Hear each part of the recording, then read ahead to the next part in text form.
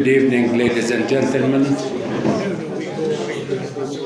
It's my pleasure this evening to introduce to you three distinguished speakers who share with us the agony and the suffering of the Balfour Declaration, but certainly did not share Britain in the sin of the Balfour Declaration. The program tonight will run as follows. First of all, we are going to play a movie that Dr. Monica and and Professor Spooner produced, which is titled as Britain from 1918 to 1948 in Palestine. It will run for about 18 minutes. Dr. Monica then is going to comment on it, and afterwards Dr. Shambrook will deliver a speech for about 20 minutes, and there will be question and answers and comments afterwards. Please welcome with me the three distinguished speakers that we have tonight. We'll start with the first. May I introduce the film? May I speak first? We will start with playing the film as we will watch it for 18 minutes. May I speak first? Okay. You want to speak before as an introduction? Yes. Dr. Monica is going to introduce the film before we play it.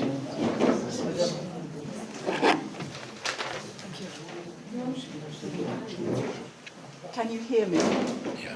No? Can you hear me? No. Yeah. Maybe it's closed. It's closed. Yeah. Try this better. Can you? Yes. Thank you so much for inviting us here. It's a real privilege and an honour. I would like to say that a true friend is willing to be honest and to teach and correct us as we learn. I shall be ever grateful for such friends here in Jordan. We would ask you to be true friends to Britain as we search urgently to answer the question, how will Britain mark the centenary of the Balfour Declaration? I am typical of the vast majority of the British people in that I had never learnt about our imperial history. But after my first visit to Palestine 9 years ago, I faced this question, how will Britain mark the centenary of the Balfour Declaration? First, I had to learn what the Declaration said, and then face the suffering that it's caused. And then people began to work with us, and the Balfour Project was born. We aim to educate the British about our divisive and biased history, and to that end have created a website, a well-referenced study guide, and an 18-minute film, Britain in Palestine, 1917 to 1948. We also aim for a British government acknowledgement of our historic responsibility by the 2nd of November, the time of the centenary of the Declaration. We would like to show you the film now, and we will gladly welcome your responses, your comments, and your advice. Thank you.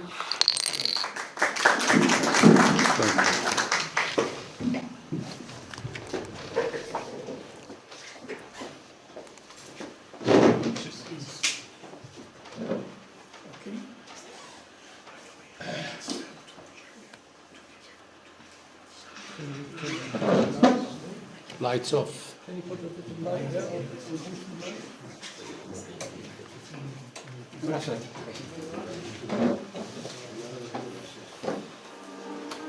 Between 1970 and 1948, Britain controlled the area of the Middle East, then known as Palestine. This chapter of history was to have a profound effect on both Arabs and Jews. Yet most British people know little about it. This film is a simple outline of a very complex story.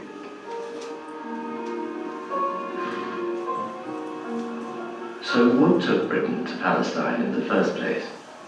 For centuries, the region had been ruled by the Ottoman Turks.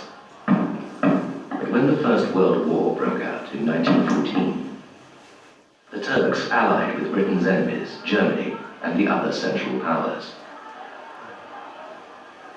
Palestine and the Middle East were regarded as highly strategic to the British Empire because of oil, and also because the Suez Canal controlled the sea route to India. The Middle East was now under the control of Britain's enemies, so Britain considered it vital to defeat the Turks and gain control for the Allies. In 1917, General Allenby and his troops advanced across southern Palestine, and in December they captured Jerusalem. By the following year, all of Palestine had come under British control. Her troops were to remain there for the next 30 years.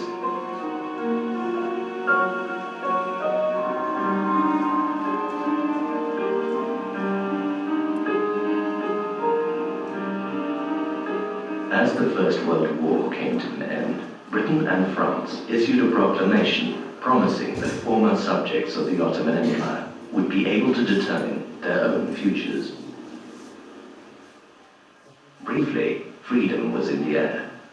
However, a different reality lay behind the words. Long before the end of the war, the Allies had been planning who would control the Ottoman Empire when the Turks were defeated. These conflicting plans are often referred to as the contradictory promises.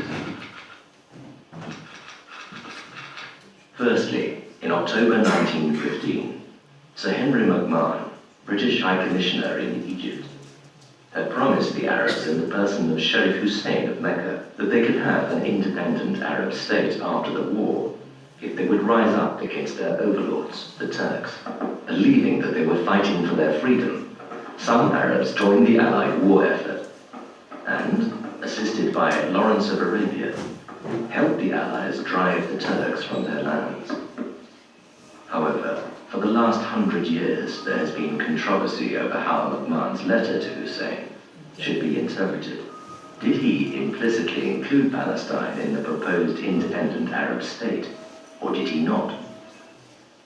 Many Arabs and senior British figures have consistently maintained that Palestine was included, while British governments since 1920 have argued that it was excluded. But meanwhile, Britain had become party to two further wartime agreements, both of which seem to contradict the undertaking to Hussein. In 1916, the secret Sykes-Picot Agreement between Britain and France allocated what is now Syria and Lebanon to France, and what is now Jordan and Iraq to Britain, whilst proposing to keep Palestine under international control. Then, a year later, Britain made yet another undertaking concerning Palestine. In November 1917, the British Foreign Secretary Arthur Balfour wrote to Lord Rothschild, a leader of the Jewish community. His Majesty's government view with favour the establishment in Palestine of a national home for the Jewish people. It being clearly understood that nothing shall be done which may prejudice the civil and religious rights of existing non-Jewish communities in Palestine, or the rights and political status enjoyed by Jews in any other country. This promise became known as the Balfour Declaration. The idea that the Jewish people should be restored to the Holy Land, so that biblical prophecies could be fulfilled, had been promoted by some Christians since the 1600s. Then, from the 1890s, the idea of Zionism began to take hold among some Jews, as Theodor Herzl argued that the Jewish people needed a political homeland of their own if they were to escape the horrific anti-Semitic persecution that was rife, particularly in Russia and Central Europe. By the early 1900s, Herzl's successor, Chaim Weizmann, saw Britain as the power with the global influence to make the Zionist goal a reality. So he set out to convince leading politicians that the Jewish people needed a homeland in Palestine, where they had deep spiritual and historical bonds. The Balfour Declaration was the result. Why did the War Cabinet respond to Zionist pressure in this way?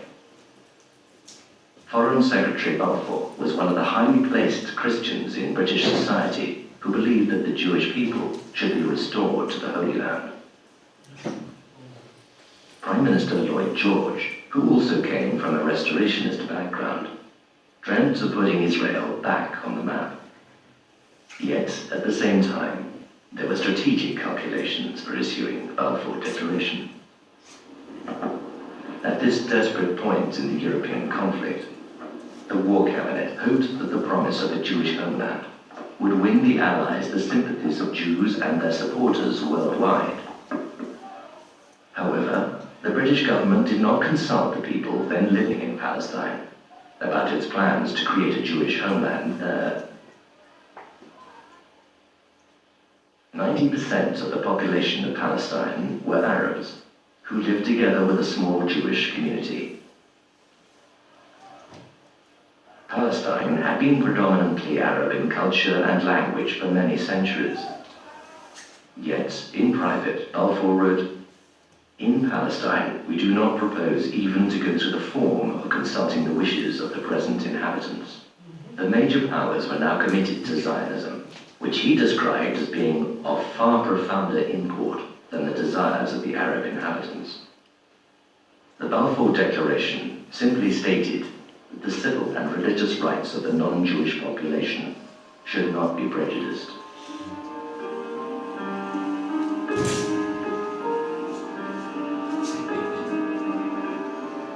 So when the war came to an end, how would all these complex undertakings work out in practice? As the Western powers met in Paris to negotiate the peace settlement, Sharif Hussein sent his son Faisal to make sure Britain's promise of independence for the Arabs was not forgotten. But instead, the newly formed League of Nations handed control of Palestine to Britain. Under the terms of the League of Nations mandate for Palestine, Britain was required to implement the Balfour Declaration by supporting the creation of a Jewish national home, and at the same time to prepare the people of Palestine for eventual self-government. The League of Nations stated that mandatory powers held a sacred trust to ensure the well-being and development of people in their care. What happened to the other areas that Sharif Hussein anticipated would gain independence? Transjordan, now Jordan, was made an autonomous emirate under Hussein's son, Abdullah. In the same way, the new kingdom of Iraq was given to his brother, Faisal. These were the rewards Hussein received for his loyalty to the British war effort, but they did not include Syria or Palestine. Angry Arab crowds soon massed in Jerusalem, denouncing the Balfour Declaration and demanding the self-determination that had been promised by Britain and France in 1918. Having made conflicting promises, Britain now had to face up to their consequences. She had created a contradiction. Just how unworkable this situation was, it took her 30 years to accept. Both communities, Jews and Arabs, believed they had been promised the land. As the Zionists swiftly began to implement their objectives, the Arabs were the first to conclude they had been deceived. Riots broke out in 1920. In 1921, there was even greater violence, as Arabs attacked Jews and the British tried to regain order. After a period of relative calm, Mutual suspicion between the Arab and Jewish communities flared up again in 1929 and rapidly escalated into mob violence with horrific consequences. 133 Jews and 116 Arabs were killed. Britain's response was slow and inadequate. Calm was finally restored by a show of British force. Meanwhile, the Jewish community was forging ahead under the umbrella of the British Mandate, securing major economic concessions and establishing its own elected assembly and institutions of government. The Arab majority, on the other hand, felt left behind economically and politically. To be granted democratic representation, they were effectively required to accept the Balfour Declaration. But the Arabs rejected this, fearing that a Jewish national home would lead to the creation of a Jewish state in their land.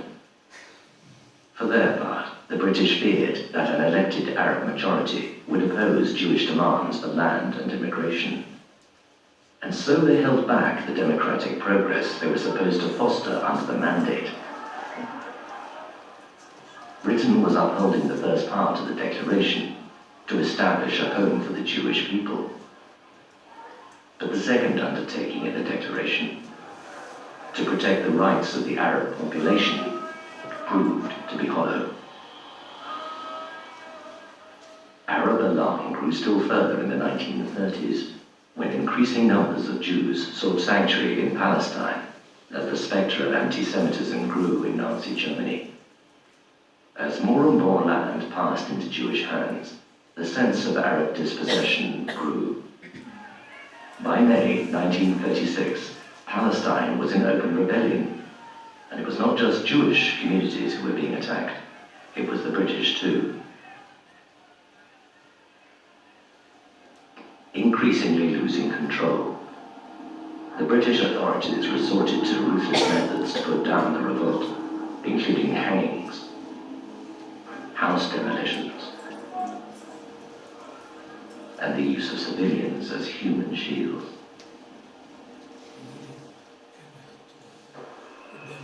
For a period, British and Jewish men fought the Arabs jointly in a counter-insurgency force known as the Special Night Squads. By 1939, the rebellion was suppressed, leaving the Palestinian leadership weakened for years to come. To try to address the underlying deadlock between Arabs and Jews, London had responded with a succession of inquiries and commissions through the 1930s. Their dilemma was that any attempt to placate one community would provoke the anger of the other. At a loss for a solution, the Peel Commission of 1937 proposed to partition Jews and Arabs into two states. But Arab opinion, led by the vehemently anti-Zionist Grand Mufti of Jerusalem, Amin al-Husseini, denounced any idea of conceding territory to Jews as unthinkable.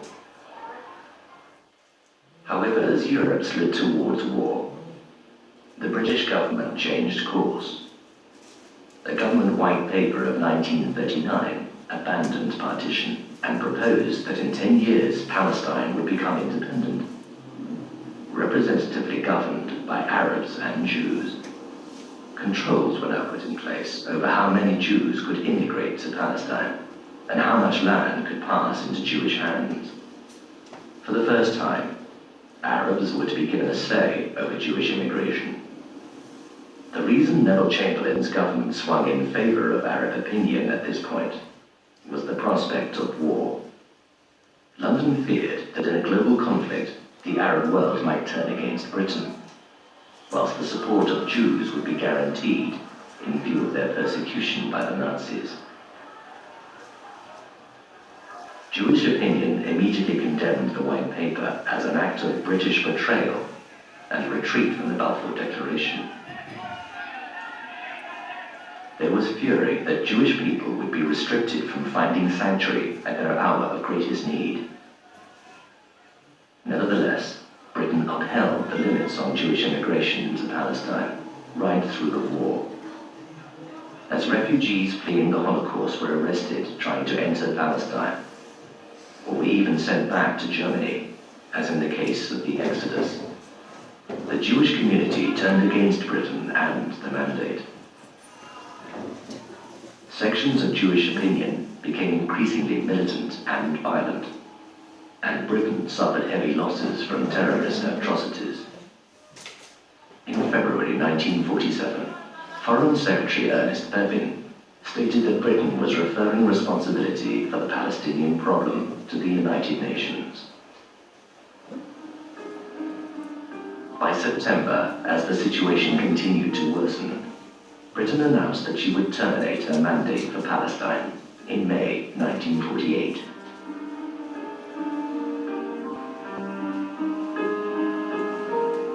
The UN solution to the Palestine problem was partition, but this was again rejected by the Arabs.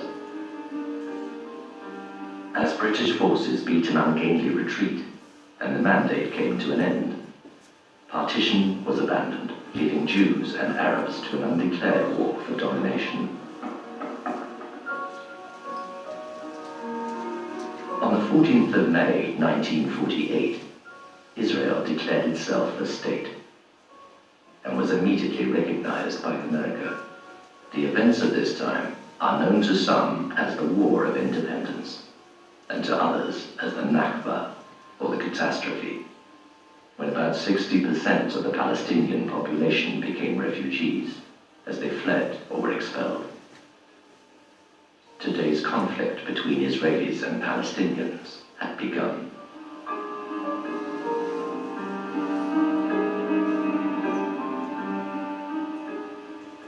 Britain's direct involvement in Palestine ended in 1948.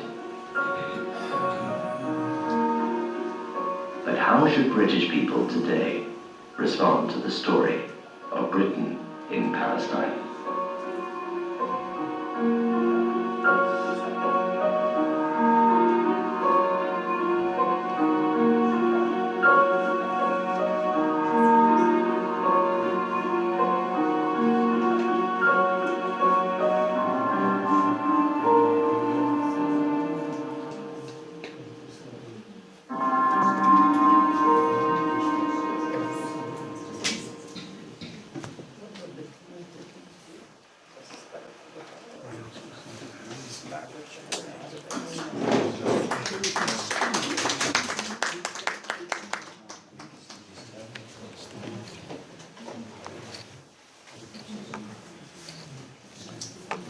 Thank you.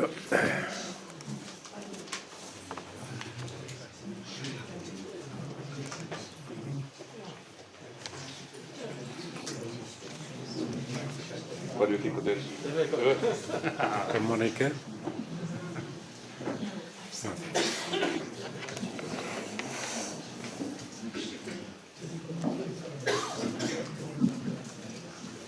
Now, can I introduce Dr. Peter Shambrook, who was born in 1949, educated at the universities of East Anglia and Cambridge, where he gained a PhD in modern Middle Eastern history. He is a lifelong student of 19th and 20th British and the French involvement in the Middle East. Author of French Imperialism in Syria from 1927 to 1936. He is a historical consultant to the Balfour Project. Dr. Shambrook, it's a pleasure to have you with us today. Thank you. Thank you.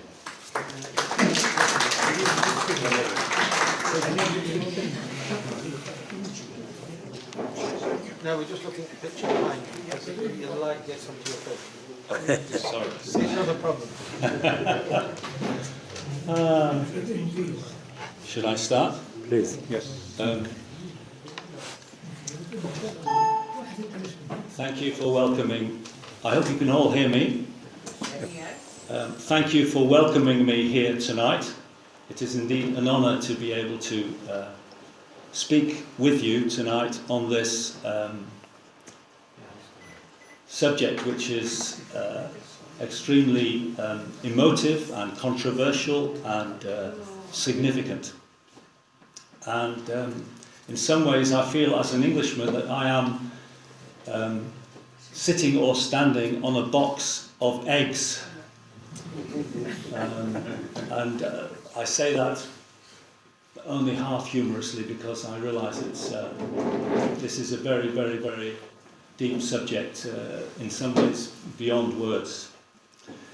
Before I start, if I could just mention the film that we have just seen is a work in progress, in the sense that we have made it in order to educate the British and people in Europe who have little knowledge of the details of our imperial history. We did not make the film for Middle Eastern audiences, so to speak.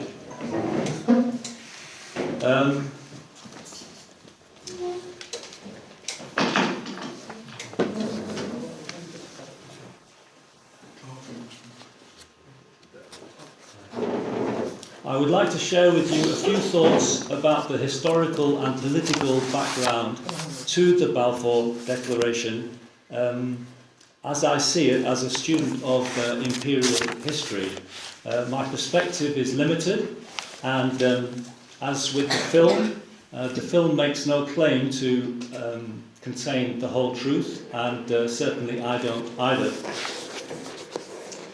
So, in terms of the historical background to the Balfour Project, or the Balfour Declaration, 500 years of history in 20 minutes is, or 15 minutes is a challenge. Where does one start? Does one start at the Reformation, European Reformation of 400 years ago? Does one start with the growth of British Christian Zionism among English political and religious circles during the 19th century? Does one start in 1897?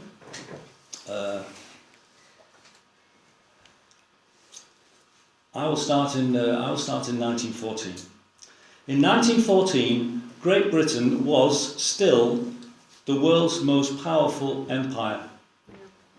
Over a period of 500 years or so, through exploration, trade and settlement, treaties and the sword, missionaries, slavery, massacres and ethnic cleansing, Britain had colonised Ireland, part of the Americas, parts of Africa, Australia, New Zealand and much more. Empires plan. Empires conquer, empires impose, empires dispose, according to their interests. In 1914, the mostly Oxford and Cambridge oligarchy, that's all men, no women, who ran Britain and the empire, harboured no doubts at all about the superiority of British civilization and the beneficial nature that the British Empire bestowed on the rest of the world. In their minds, maintenance of the British Empire and the maintenance of civilization were synonymous. Britain still ruled the waves, and Britain was a key player in the Triple Entente, a military alliance with France and Russia, with which Britain had secret agreements. So as soon as the Ottoman Empire entered the war in November 1914, on the side of the Central Powers, the Russians, the French and British governments immediately began to discuss in considerable detail, through direct talks and through official secret correspondence, the post-war division of the whole of what was the largest Muslim empire in the world including the Arab provinces. Standard empire policy. In August 1914, the British government had little, if any, desire whatsoever to promote either Arab nationalism or Jewish nationalism. So why did representatives of this great power offer an independent Arab state, including Palestine, to Sharif Hussein in October 1915, and then the same Palestine to the Jews in November 1917? Part of the answer is context. If you study any of the British wartime promises in isolation, the ducks do not line up. It is only in the context of the development of the war and of inter-allied relationships that all the promises can be understood. Around Christmas 1914, with stalemate on the Western Front, the British, the French and the Russians decided to force the Straits, take Istanbul and knock Turkey out of the war. This precipitated, from the Russian side, the first detailed wartime negotiations between the Allies for the partition of the Ottoman Empire.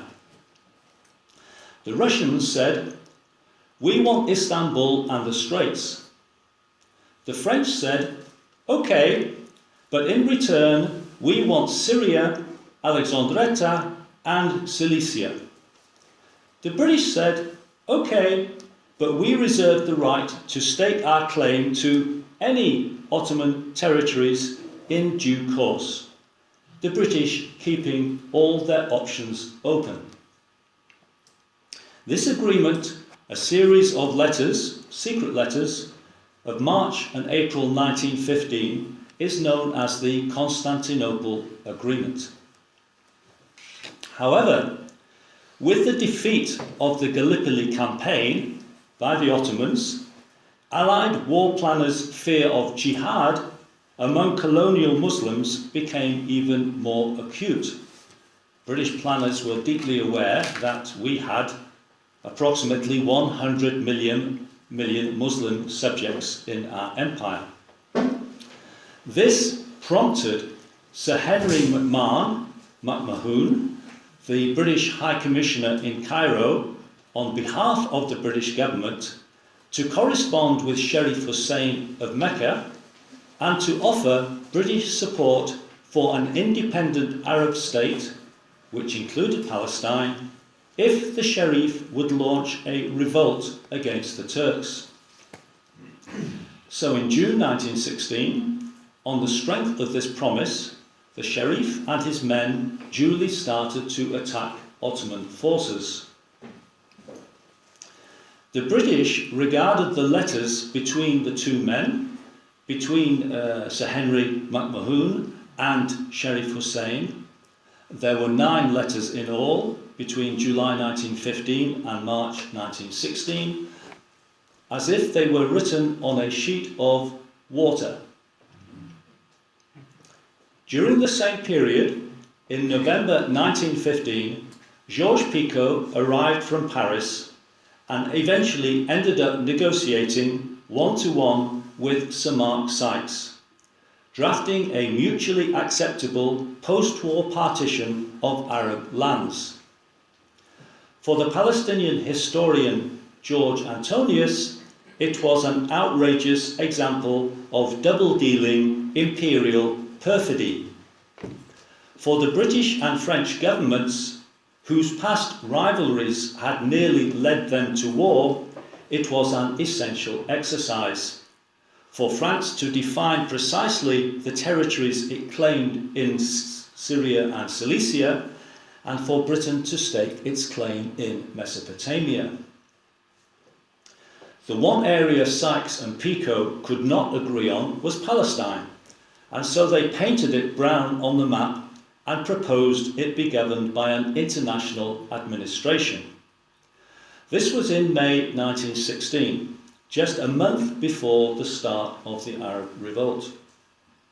And although the Sykes-Picot Agreement was secret, Sykes had in fact, in April 1916, informed the Zionist leader in London, Chaim Weizmann, of the agreement through an intermediary. It was a Jewish member of the British government, Herbert Samuel, who in January 1915 first proposed to the cabinet the idea of a Jewish Palestine which would be annexed to the British Empire. But it was not until after Lloyd George took over the conduct of the war at the end of 1916 that the Zionist cause made real headway. The first contacts between the Zionists and the British government, the Zionists as an organisation, and the British government, were unofficial and indirect around April 1916. By February 1917, Weizmann was endeavouring to persuade Sykes that Britain alone, and not an Anglo-French condominium, which would be Sykes-Picot, should determine the future of Palestine.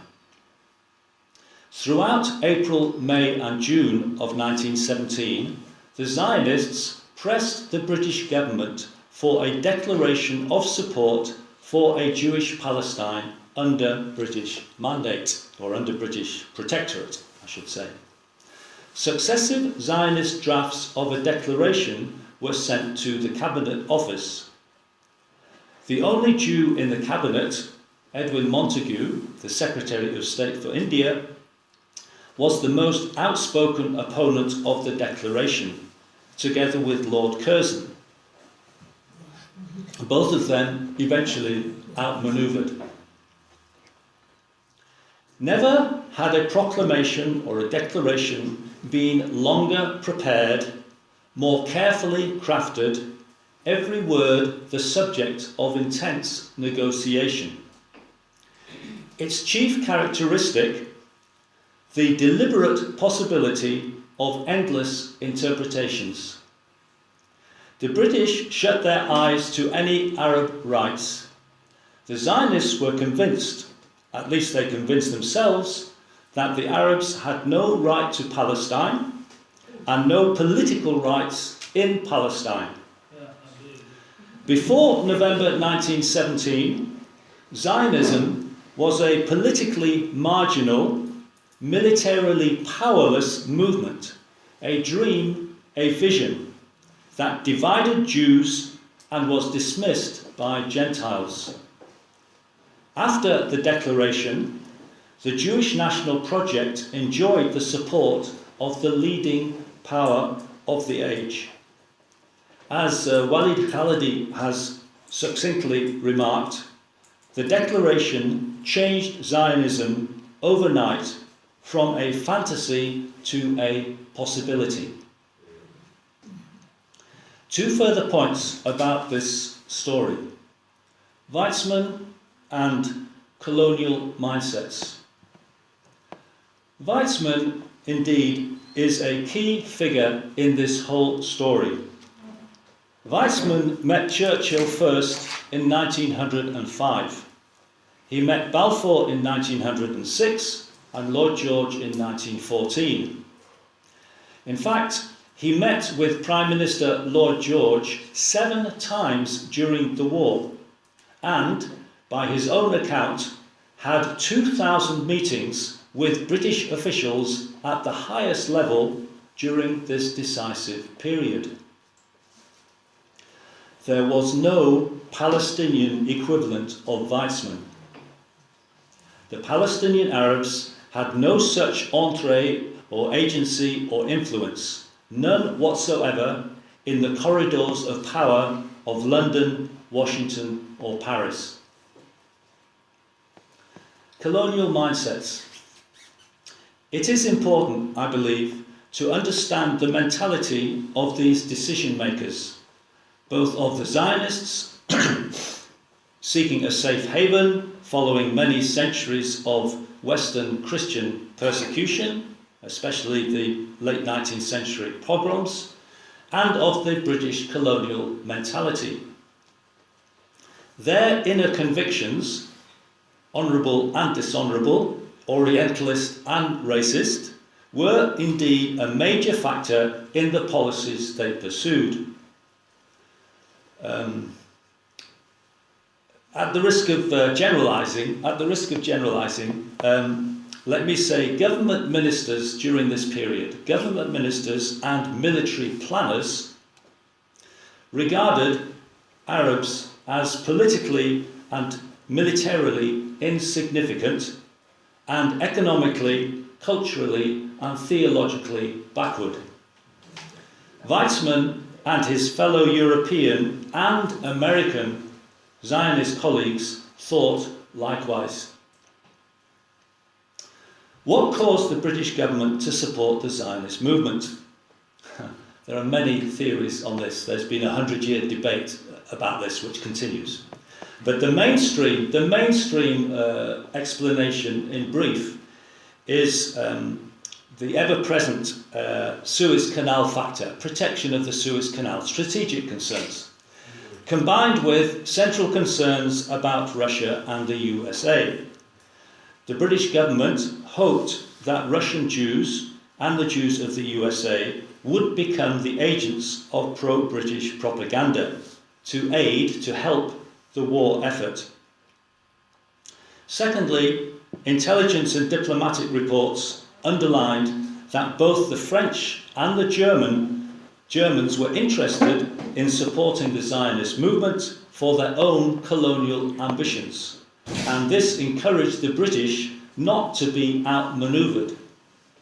And finally, as you all know, Balfour, Lord George, and Lord Milner in particular, brought up on the Old Testament as well as the New, although they were in reality agnostic, atheist, and just about everything else, they did feel some sympathy towards the idea of the return of the Jews to their homeland. That's the mainstream explanation, but it's certainly not unchallenged, and there are many books on it. Although Balfour signed the letter, it was Churchill, as colonial secretary between 1921 and 22, who implemented the declaration. For 18 months, he masterminded its progress, and in spite of considerable opposition, both within Parliament, from the French, from the Americans, Faisal and Abdallah, he reshaped it and packaged it successfully into the mandate document of the 24th of July 1922, together with Balfour on one shoulder and Weizmann always on his other shoulder. For the following 30 years, the hallmark and cornerstone of British mandatory policy in Palestine was, in contrast to Egypt and Iraq, the official but secret, deliberate withholding of the development of representative political institutions.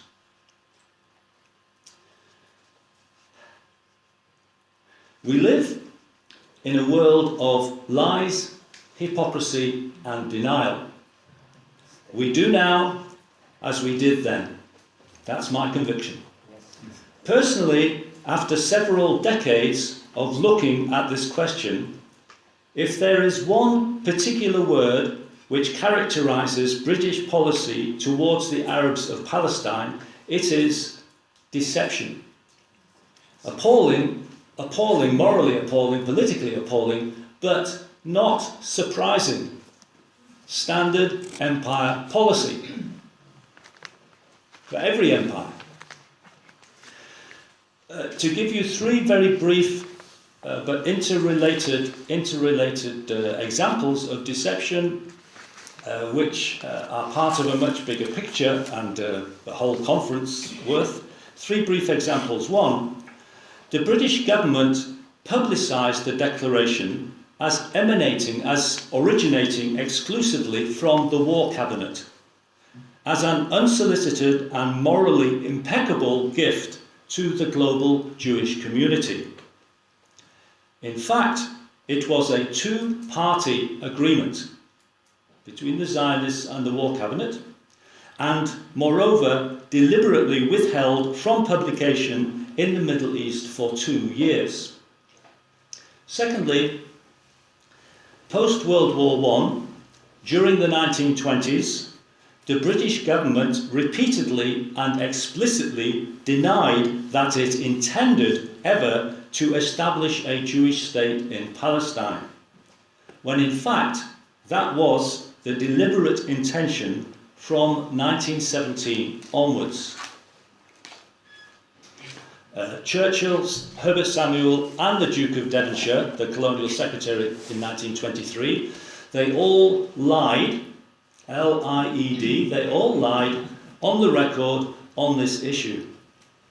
Thirdly, for the past 100 years, successive British governments have denied, through official statements and through studied silence, that the region of Palestine was promised as part of an Arab independent state to Sharif Hussein in October 1915.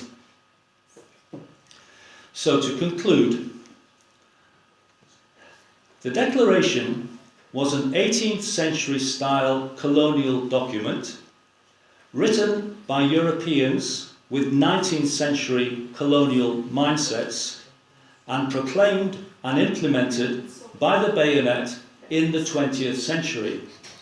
It sowed the seeds of the apparently endless and certainly devastating 100-year war for Palestine. Empires, even former empires, hate to apologize. They abhor apologizing or even acknowledging past mistakes. The current Conservative British government is actively planning to celebrate the centenary of the Declaration later this year. Do not hold your breath. Do not hold out any hope that the current government will apologise or even acknowledge the full reality of the Declaration's long-term devastating impact on Palestine and the Palestinian people. Apologise it will not this government. If by some miracle it made a solemn and transparent acknowledgement of the Declaration and its legacy, such an official acknowledgement even, if sincerely offered, would be constructive, perhaps even trust-building, and certainly a true sign of civilization. Thank you.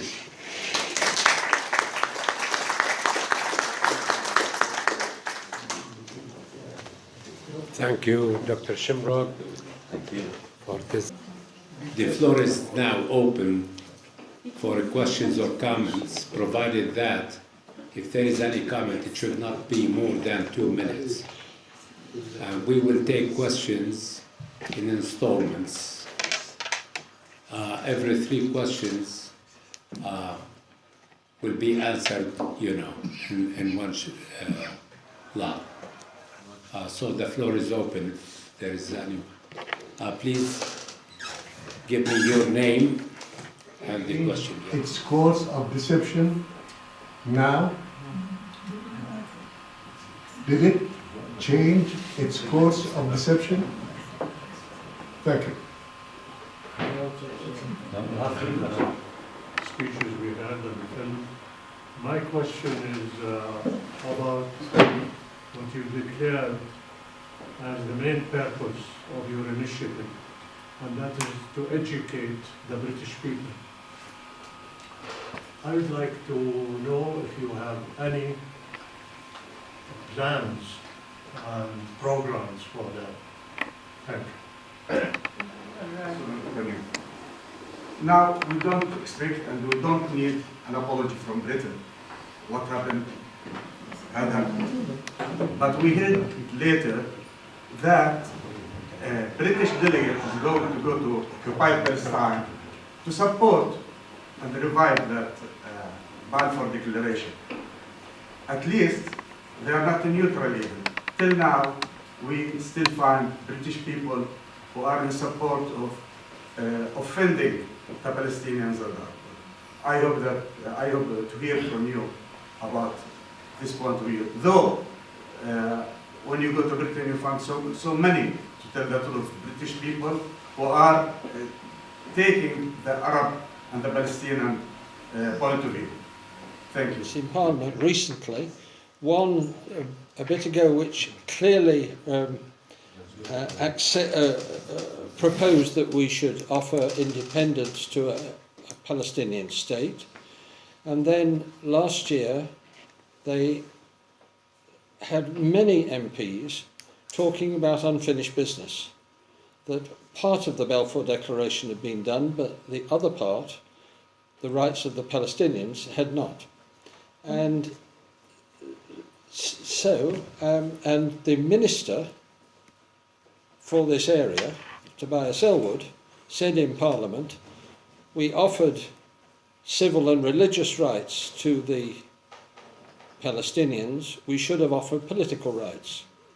So, there are some who are beginning to think. I think that's all as far as I understand that one. Change. I would say in historical perspective, between 1948 and 2017, just about all British governments and all British prime ministers have been largely pro-Israeli, especially Harold Wilson and Tony Blair, basically. So, so it is an ever sort of an uphill struggle for truth to prevail in terms of British policy.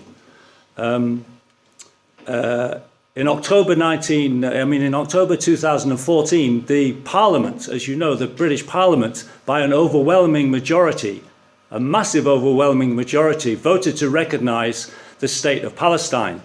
But the present government, at least the previous Conservative government under David Cameron, literally were not in the chamber, and they abstained.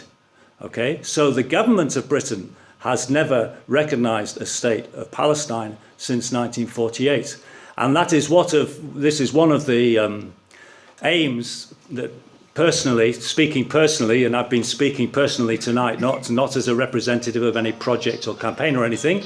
This is personally certainly a step, a small step, and it would be a small step, but it would be a very definite step in the right direction if the British government officially this year recognised a state of Palestine. But I don't see it happening easily. I would say there is a groundswell of support for Palestinian and Palestinian rights and for justice in Britain and generally across Europe over the last 20 years. I would say this change of opinion has not really reached the elites of Europe, the decision makers of Europe.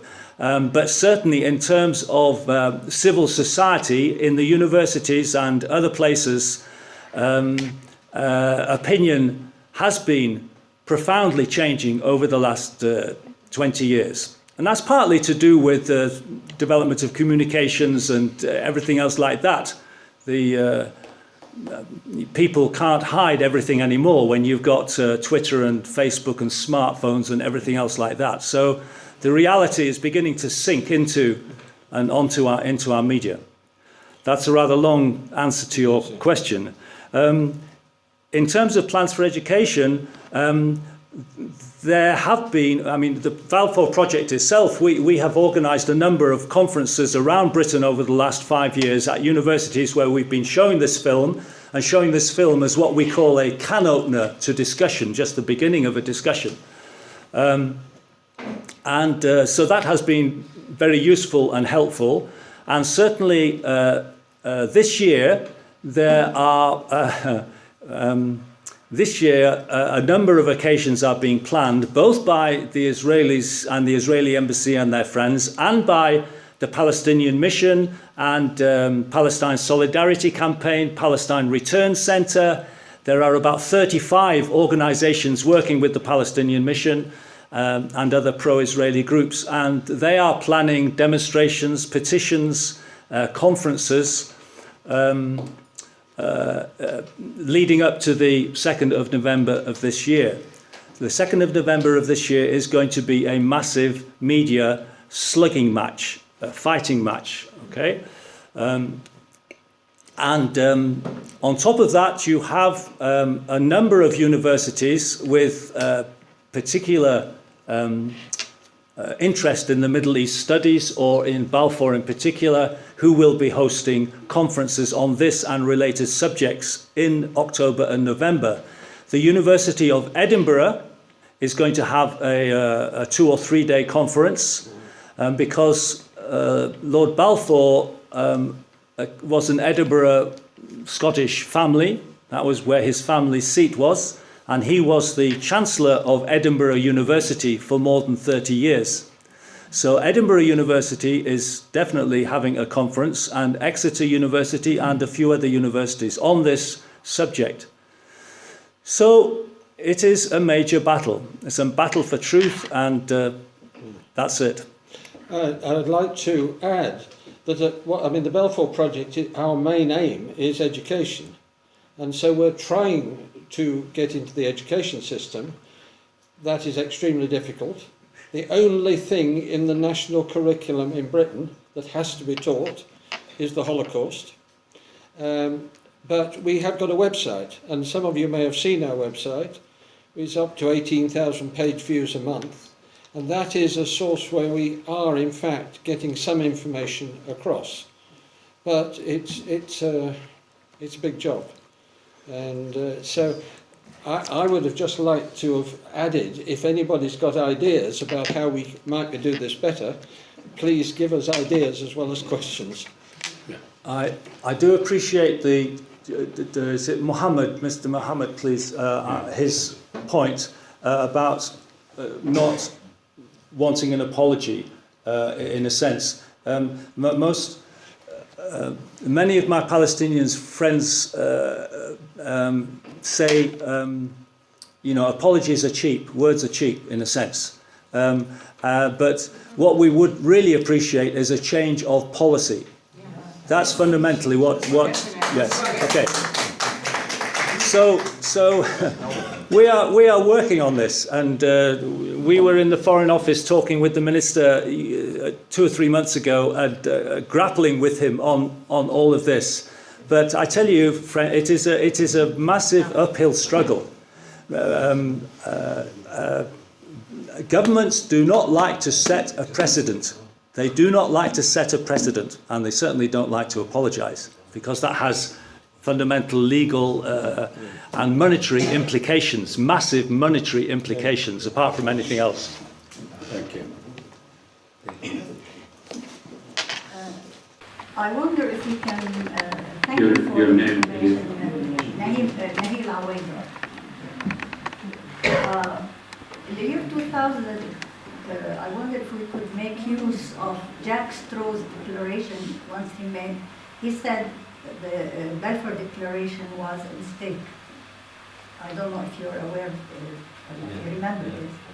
The second point is that one of the lawyers, Palestinian lawyers who worked with the UN for a while, his name is Henry Catton, he said that when the Balfour Declaration was brought to the Parliament, the House of Commons refused it by 60 against 39 or 29. 29. Yeah. Is there a way where we can play legally on these things in the House of Commons? And how did it pass to the House of Lords? You see? He didn't bring it up, I think. Balfour didn't bring it up. Yeah, he took it. Thank you.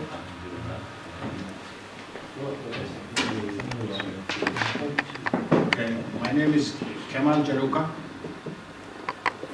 I am, as everybody here is sitting, I'm also a victim of mass exodus from the Caucasus. I'm Circassian. So I believe that there is much more behind the thoughts of Lord Balfour and the other politicians in the British war cabinet, which urged them to go ahead with the Jewish demands for Palestine, for a homeland in Palestine. And money is one dimension. The war was very expensive, and Rothschild had money.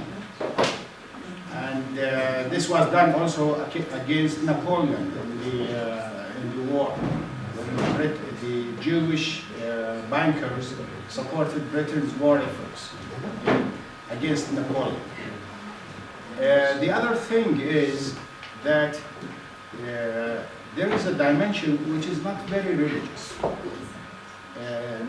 Churchgoers in Britain, as I hear it lately, are about 1% at the moment, not more. So not many people believe in Christianity or the resurgence or whatever is behind the disconnection between the Old Testament and the New Testament and whatsoever.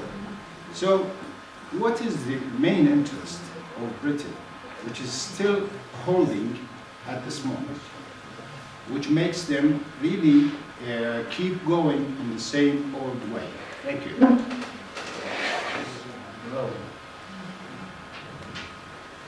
في احنا غير ضياع فلسطين في تقسيم العالم العربي طبعا مسؤولة عن بريطانيا وايضا الهند القارة الهندية قسمت الى يعني اكثر من بلد. ما بعرف هذا الندم هل ينفعنا في هذا الوقت اللي العالم العربي الان يعني كأنه مستحيل انه يرجع موحد، وكذلك كأنه مستحيل ايضا ان ترجع فلسطين. يعني الآن في شعب اسمه الشعب الإسرائيلي وهذا مسؤول عن هذا الشيء بريطانيا. أنتم كبريطانيين هل تشعرون بالخجل لما حدث؟ We have to translate this. He's saying what the remorse in the UK, in Britain, about the actions of Britain, particularly in the Arab world, because he's saying that the Britain is responsible for all this division, and the same he applies to the Indian subcontinent. So he's saying, is there a remorse, a feeling of guilt in Britain about what you have done in the imperial history 100 years ago? Those orientations that you identified continue to contribute and inform British policy in the Middle East. Secondly, I would have liked for the film, if I may make a comment on the film, which I found to be significantly impartial, to have addressed the fact, or to have referred to the fact, that British policy entailed the creation of an awesome military power in the mandate period represented by the Haganah, 80,000 strong, which really had a decisive impact on the outcome of the conflict. And thirdly, as a historian, and this is perhaps too huge a question, to what extent do you believe as a historian and political scientist does the academic institution in society, to what extent is it capable of molding and shaping the foreign policy of a political power or a state? Thank you.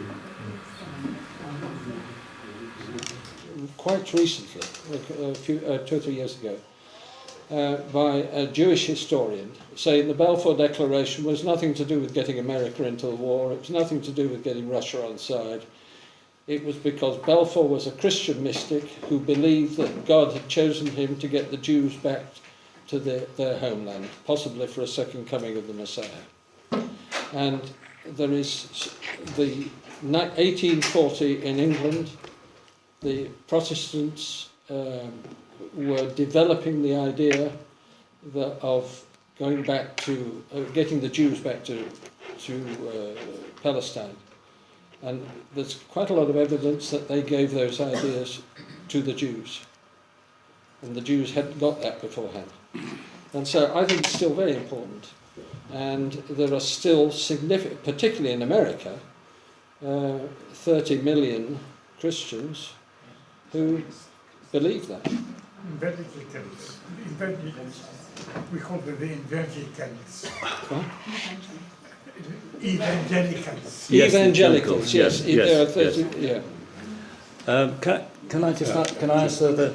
Okay, so I would say in terms of religious influence or the religious factor today, does it have any influence on British policy today, say in the Foreign Office or in 10 Downing Street? I would say no, basically, in the sense that no, the religious factor doesn't. No, I mean the British Foreign Office is aware of the weight of Christian Zionism and Christian Zionism in America on the influence in America and so on. But the Foreign Office is not religious. Okay, the Foreign Office is not religious. Okay. Now, pardon? Yes, it's Jack Straw. God bless him. Unfortunately, Jack Straw is not in power now. That's so. So, in terms of his actual influence, it would be great if it could be influential. But I would say it's not really a major thing that one can use as a weapon or a tool, really, in a sense. In terms of your question of the situation in 1922, 1921, 1922. Before the mandate was officially stamped and agreed with the French, and you had this League of Nations umbrella put over the situation, there was growing opposition to the British mandatory policy. Both opposition in the House and in the press and among military men who knew that there had been these contradictory promises or potential contradictory promises. So in June 1922, Churchill, as colonial secretary, issued a white paper, 3rd of June 1922. This was the white paper. This was the first time that the British government made any comment at all about the Balfour Declaration, which had happened during the war. And in this white paper of the 3rd of June, it was a long paper, but he made two things stand out. One, he said there was no promise to Hussein in 1915, and secondly, he said there was no intention on the part of the British government to create an eventual Jewish state. Okay? In my view, he was lying on both counts, but this is what he said. This white paper of 1922 became the standard foundation stone of British policy all the way through the mandate, fundamentally. Never mind the hiccup of 39 and the extra white paper. Fundamentally, this was the white paper, and if you read the Foreign Office records, that was their touchstone, and they were not going to be moved from it. Okay. So, next point. It was in the House of Lords. The House of Lords had a debate to start with, following the white paper. It was in the House of Lords that Churchill's white paper and the British government's policy on Palestine was thrown out by 60 votes to 29. So the Lords refused the government's, they denied the government's, they opposed the government successfully, the government's policy on Palestine. So Churchill, when this happened, this was a setback, and Churchill then had to retrieve the situation. So what Churchill did was, about 10 days later, he instituted a debate in the House of Commons on colonial estimates. The budgets, the proposed budgets for the expenditure of the British government throughout the colonies of Africa and Asia, about 25 colonies, okay? And he made sure that the debate started at lunchtime or just before lunchtime. So they went through discussing how much money the British government was going to allocate to Nigeria, Gambia, everywhere, okay? And then very late at night, about 10:30, 10:45, they got to Palestine, and Churchill said a few words about the budget for Palestine, the expenditure of the army in Palestine. Ignorance about the assault from Israel on their US liberty in 1967. And my comment is, by your effort, I think if the truth prevails to England people, I think it will be hard for the decision makers from your government to make any decision supporting Israel. Thank you. Whichever government they were related to. There's no doubt about that. And they've as all bankers, benefit from wars and continue to do so today, bankers and arms manufacturers, including plenty of British arms manufacturers today. Lord Rothschild was certainly party to the origins of the Balfour Declaration. He was certainly part of that group with Weizmann and Sokolov and Seif and Marx and Moses Gaster. There was a group of 6 or 8 of them together, and he had a relationship with Lord George. But just quite how significant a factor his financing or his family's financing of the war effort was, I'll be honest, I really don't know. And I imagine they would like to keep it as quiet as possible anyway. But yes, that would have been in the mix. That would have been part of it. But I don't know the details. And if you read, Avi Schleim and you read Ilan Pape, they have both Arabic. They both have Arabic and Hebrew, and they've been through the archives and through the British archives and the American archives. And I'm sure that if they had found or tasted or smelt any of that particular factor as a sort of major factor to be published in their books, they would have done so. I mean, that's how I would look at it. So that's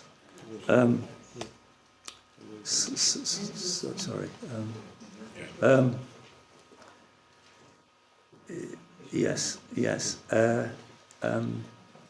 King David Hotel and Liberty. King David Hotel, in the perspective of what was happening, the Jewish terrorist attack on was it was post World War I. Britain basically was exhausted and it was looking for a way out, and so King David Hotel was one of a series of events that were happening. The military men, the British military, were endeavouring to basically the priority of the British military, once the British cabinet had decided in February 1947, the British cabinet decided we're leaving, we're going to hand it over. From that time, the British military administration in the region here, their priority was not the protection of the Palestinian community or the protection of the kibbutzim and the Jewish communities in the cities. Their priority was to withdraw without British casualties for both the community and for their soldiers. So the withdrawal was basically for all the soldiers to arrive back either in India or in Aden or in Malta or in London without soldiers in body bags. That was fundamentally what it was. And then you had this great mixture of some of the British military cooperating with the Haganah and giving the wink to the Haganah, we're leaving the barracks on Tuesday night, be ready and come in. And you had some British military who were favourable to the Arabs and who did the opposite. It was a great mixture. It's not a black and white picture. It's not a black and white picture. And the fact is, as far as I can see, there are I've been reading these books for about 40 years, and there is no book which does not have some kind of particular perspective, which focuses on one particular point of view or another. And it's an absolute minefield for characters like me and other students to work our way through to any sort of truth on all these matters, or to what percent were the British military pro-Zionist, pro-Haganah, to what extent were they. And we read Avi Schleim, we read Ilan Pappé, we try to talk to survivors and so on and so forth. But it's very difficult to get to the truth. But that was the priority. There's no doubt about that. The priority of the British for the last months of the mandate was, before they left in May 48, was to save British lives and an orderly withdrawal. That was the priority. Liberty, there is still a big debate. It comes up in court cases in America about liberty. But you have to understand the political influences of the Arab Americans and the Jewish Americans in Congress, in the Senate, and everybody else who smothered the court cases of the families of the dead soldiers. I can't remember, it was 20 or 30 American sailors that were killed. But they successfully smothered it, I'm afraid. They paid compensation. Yeah, they paid out of court, just as British government occasionally pays out of court to the Mau survivors and other people. Jews are concerned. My daughter-in-law is Polish, and she has given me a number of books by Norman Davis, who has written a lot on Poland, on the history of Poland. And the majority of world Jewry was in Poland. 70% of world Jewry was in Poland. And it is quite clear that they were not hated greatly. They were, and he had a very interesting comment to make. He said, when he was talking about the relationship of the treatment of Jews in the early part of the 20th century, that any historian working in this area has to be extremely careful, as there are very few disinterested sources. And most of the information is probably coming from Zionist historians.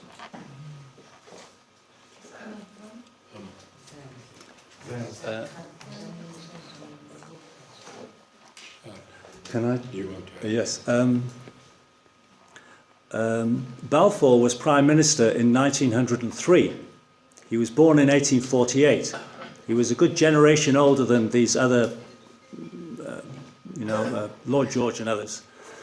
In 1903, there had been 15 to 20 years of large-scale immigration into Britain by Jews who were fleeing from the pogroms which started in the Russian Empire in the 1880s.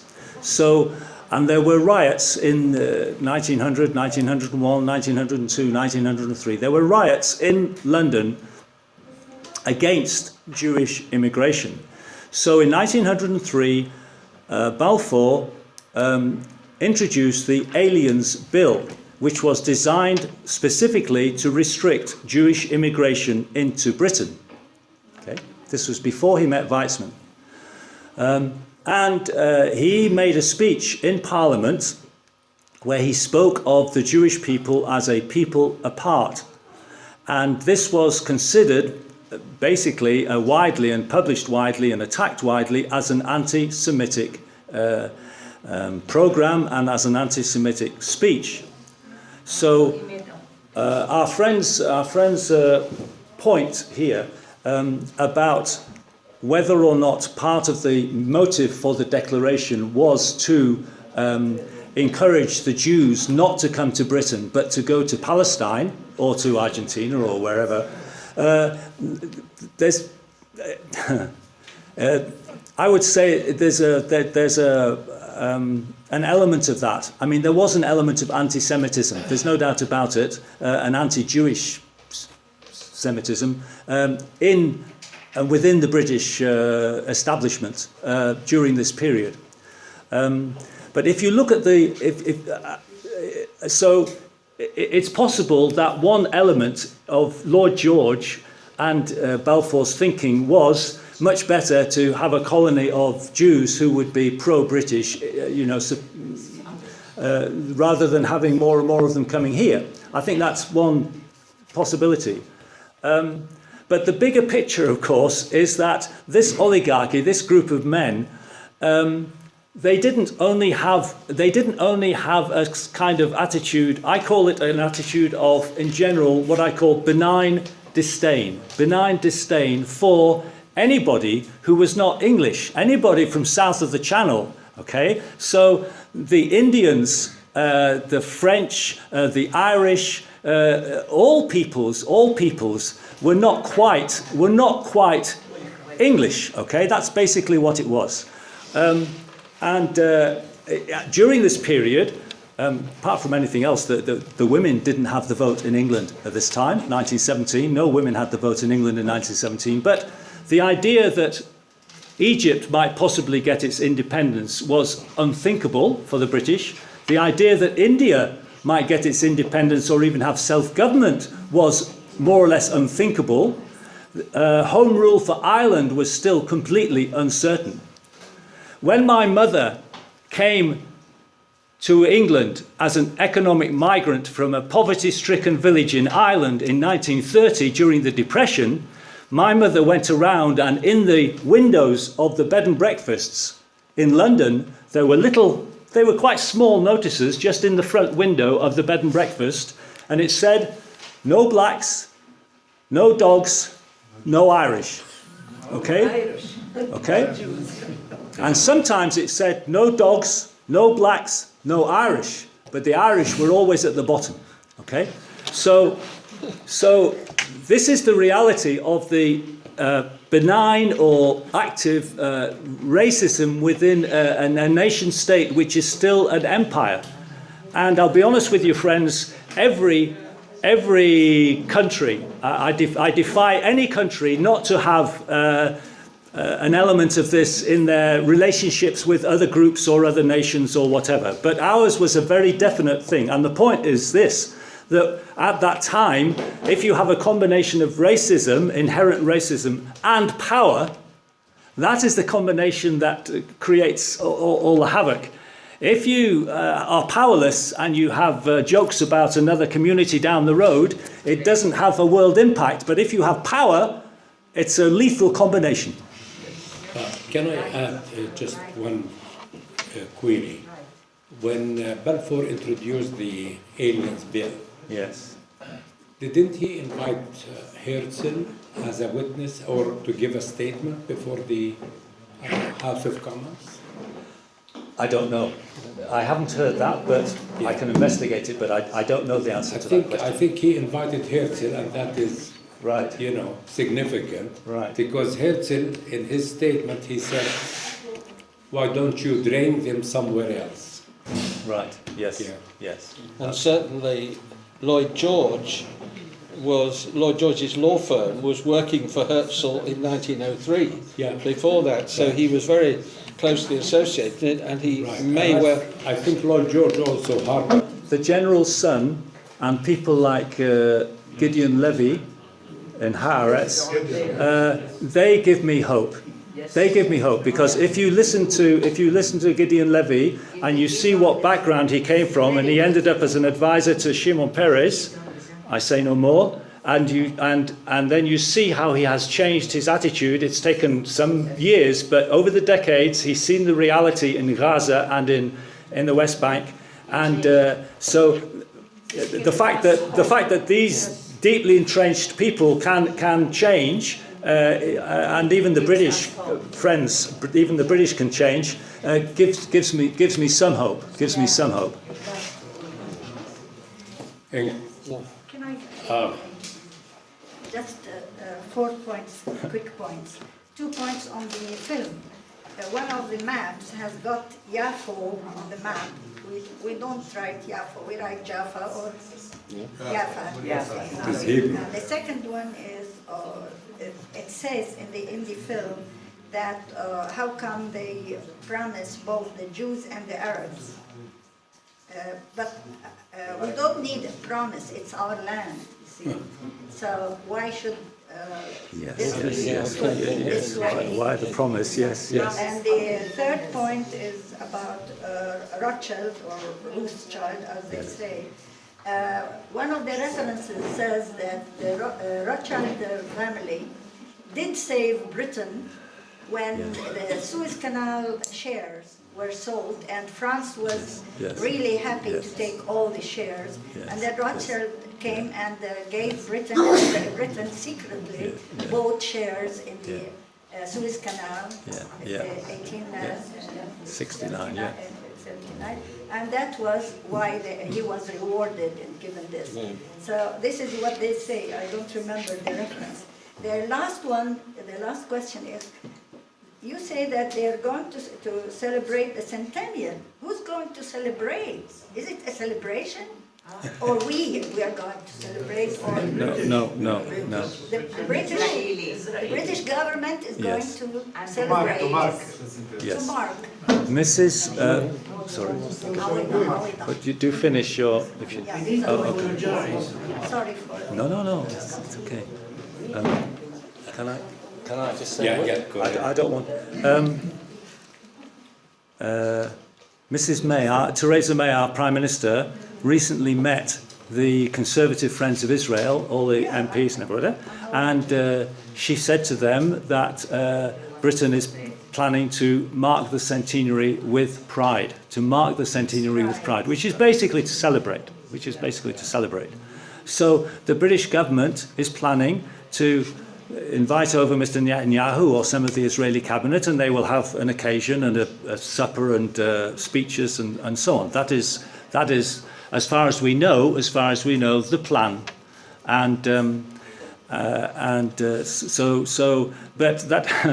But they're not planning to include. They're not planning to the British people. It's nothing to do with the British people as such. It's literally the. Sorry. It's the government. It's the government. Yeah, it's the government.